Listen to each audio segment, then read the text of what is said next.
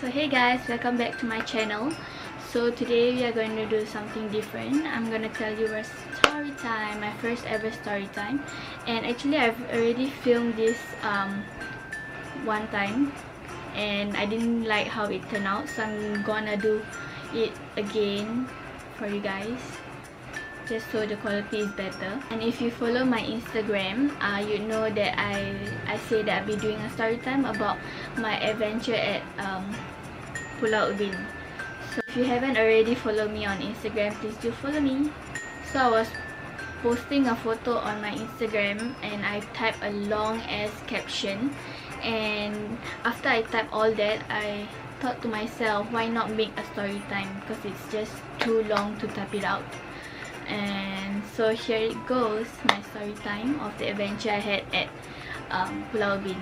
There's a few events that happened along the way, so let's get to it. So just a disclaimer first, sorry if I'm flipping my hair here and there again, it's just a habit of mine, and sorry if it's annoying, just deal with it. So first thing, we took a boat there. That's the only mean of transportation to Pulau Ubin. So we took a boat and we sail across the sea. It's just like a 10 to 15 minutes ride. Could be shorter, it could be longer, I don't know.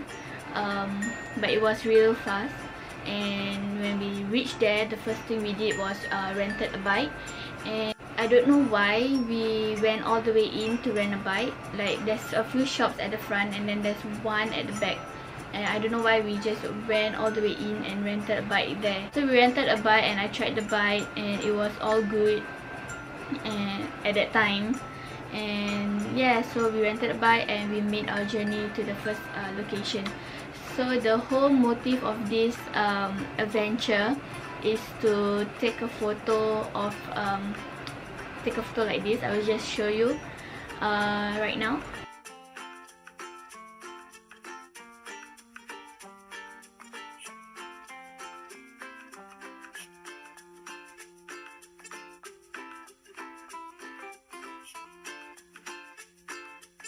Yeah, so that was the first location on our list. The hill that we went to was called Puaka Hill, and it was really near to where the jetty was, so it was so easy to go there. So it was all good. We reached there, we went up and we took a bunch of photos, a lot of photos. I think the total number of photos we took was like 500 plus in the end, which was so crazy, just the two of us. And just hang out at the top, just sit down and enjoy the view, and we had some conversation up there and it was so good. And then the wind was good also, the weather was good, it was hot but it was good. And then all was done, we went back down. So I thought that was it, we can just head back home because I already got my photo. But then Dell decided to went in further to this place called Czech Java wetland, which was like 3+ km deeper into Pulau Ubin. And I say, why not? Like, let's go on an adventure. But at that point I was already very tired of like cycling. I used to play football a lot last time, but then I stopped playing like few years back. So right now I'm so, what do they call it, I'm just so inactive and just so unhealthy right now. Like, I used to like run a lot, but now like I'm just so 3 km might be short for some of you normal active people, but it was so tiring for me. You have to keep in mind also the steep slopes. That was crazy steep and crazy like bumpy. Most of the time I didn't have the energy to like cycle up the slope, so I ended up pushing most of the way up, and it was so tiring. I don't even know how I get through that. yeah, we had to take a lot of breaks. By we, I mean me, had to take a lot of breaks, like, because previously we went to either MacRitchie or Coney Island, I can't remember. I almost blacked out because I was dehydrated, and I think I went on an empty stomach, so I almost blacked out, and I easily blacked out if I'm like lack of food or drink, and it was so hot. So we took a lot of breaks this time, and we brought a lot of water with us, and I brought granola bars for me to like munch on. Dad was really patient with me throughout, like he had no complaints of us stopping a lot of times, and yeah, I'm so thankful for that.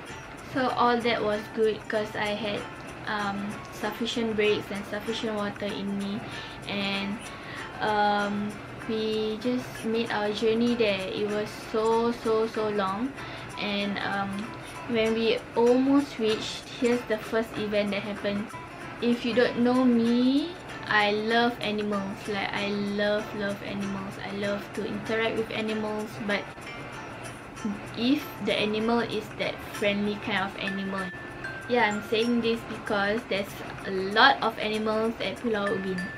So the first event that happened is we were cycling, we were actually pushing our bike up the slope, and then we were met by a family of wild boars.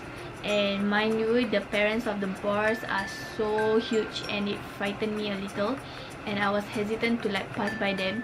And then Dad was so patient again, and he said that if I was too afraid of it, we could just go back down.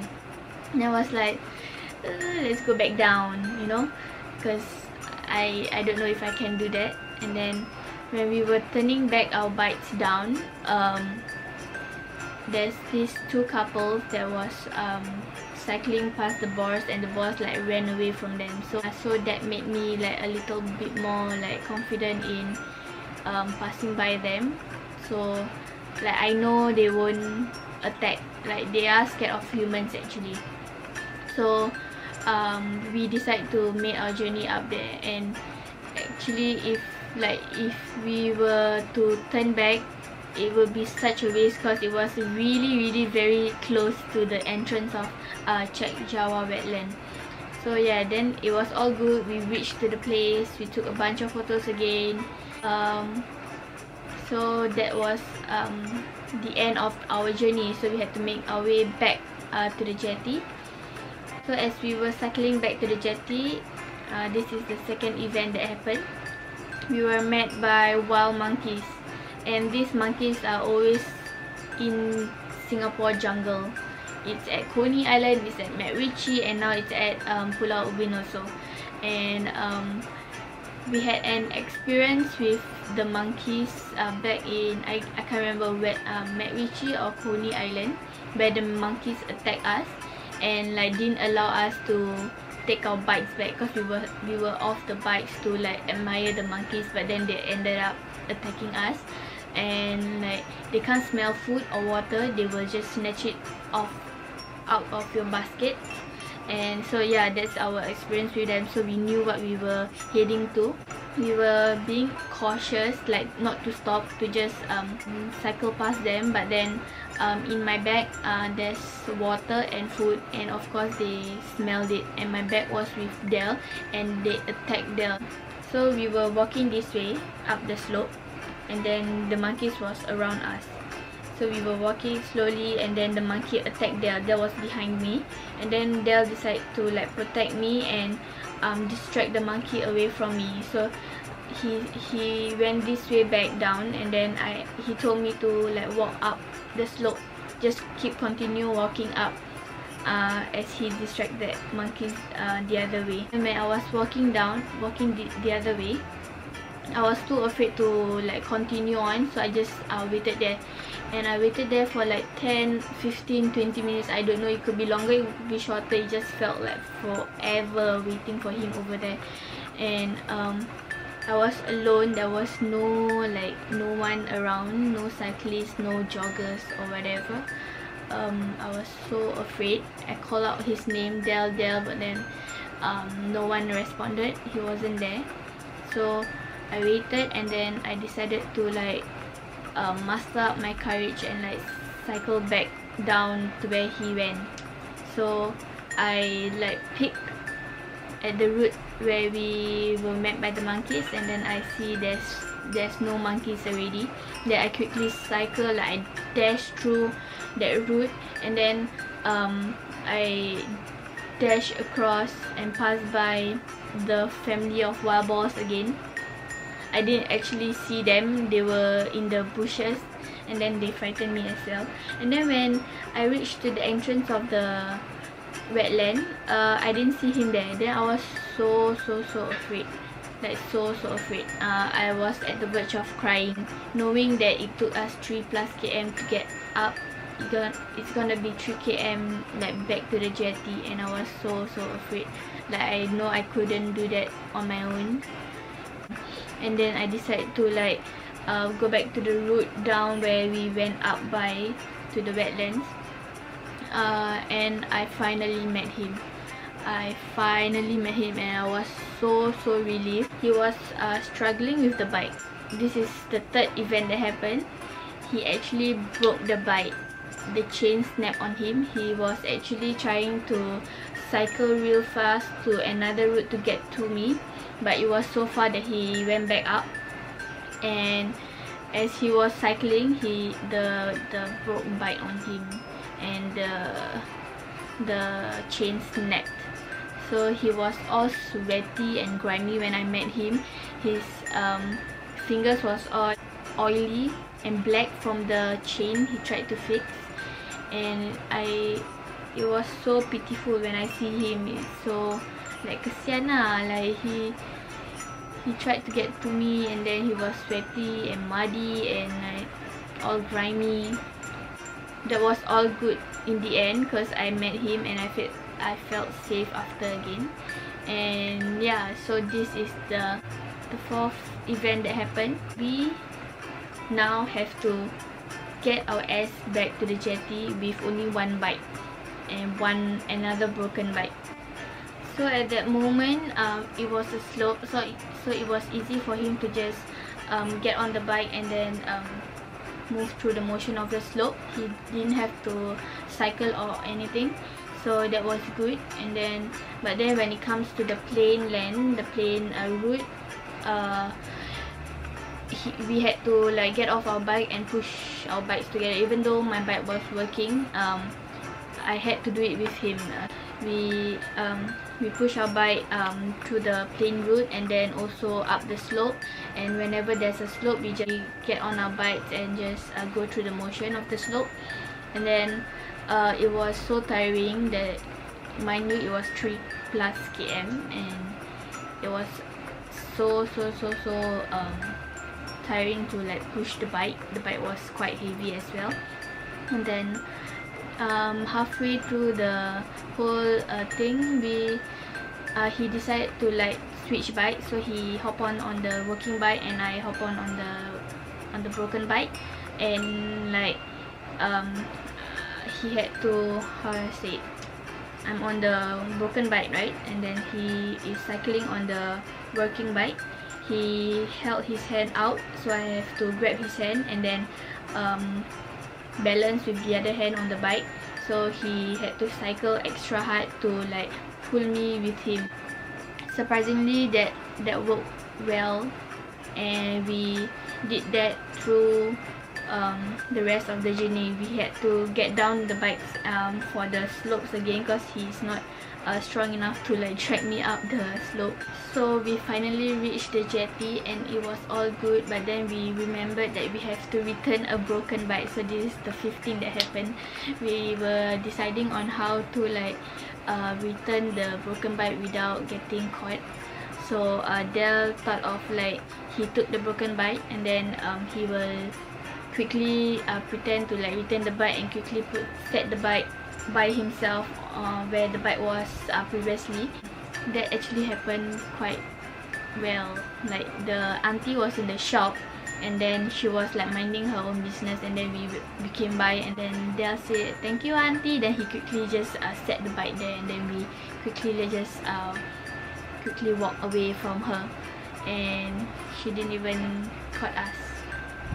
Well, that's actually on her for renting us a bed bike. We should have known because all the popular like bikes was at the front of the jetty, and knowing that everyone went to rent a bike there, obviously the bikes at the shop that's renting a bike at the back will be like all rusty because it hasn't been used for quite a while. So the bike that she rented to us was like rusty, and actually when I was cycling that bike, I was actually making a lot of like squeaky sound, you know, like that kind of thing, and we should have known that it was a bad bike. So that's on her and on us as well.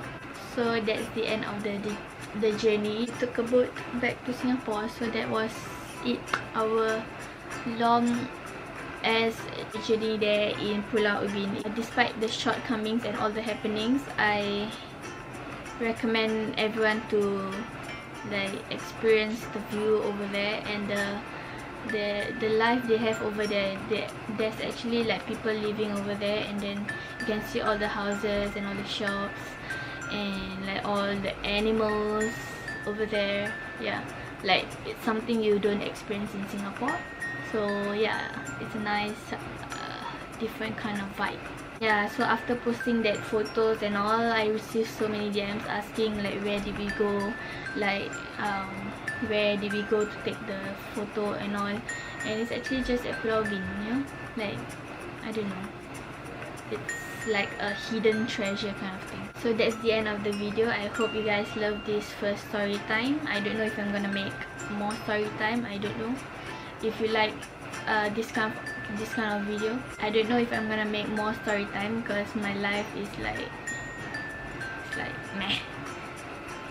So this is just a story that I want to film and like look back again in the future, and like, you know, yeah, oh my god, we went through that, you know, that kind of thing.